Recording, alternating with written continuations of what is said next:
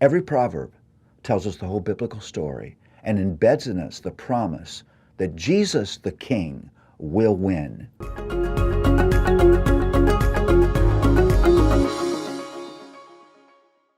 I love Proverbs.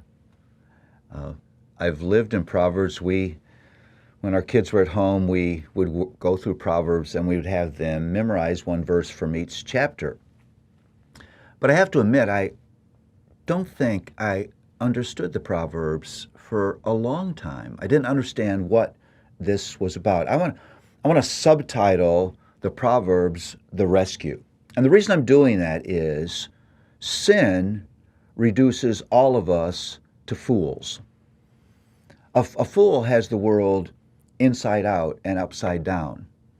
A fool looks at true and sees false, and wise and sees foolish, and good and sees bad. He's just got it wrong. And the Bible tells us that the epicenter of foolishness is the fool has said in his heart, there is no God. Now, I don't think the Bible is talking at that point about philosophical atheism, but rather living as if I'm a self-sufficient human being and I know everything I need to know in order to live the way that I should live. That's craziness.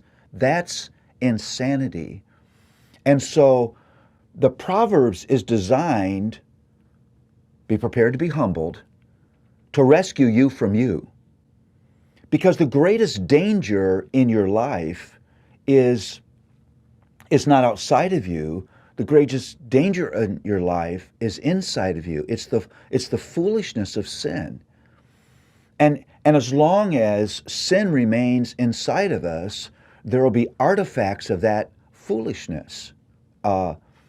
It's humbling to understand that I need daily, moment by moment, to be rescued from me.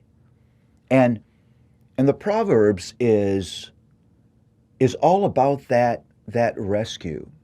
How God in His grace pours down His wisdom. Wisdom we could never know on our own. Wisdom we could never achieve or earn, only because He's a God of grace.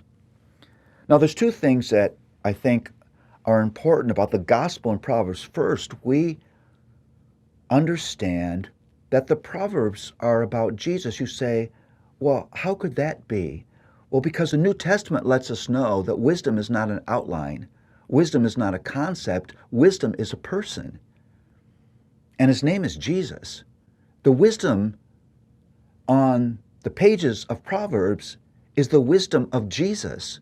This is Jesus, the sweet Savior, coming to us, whispering in our ear things that are true. How beautiful is that?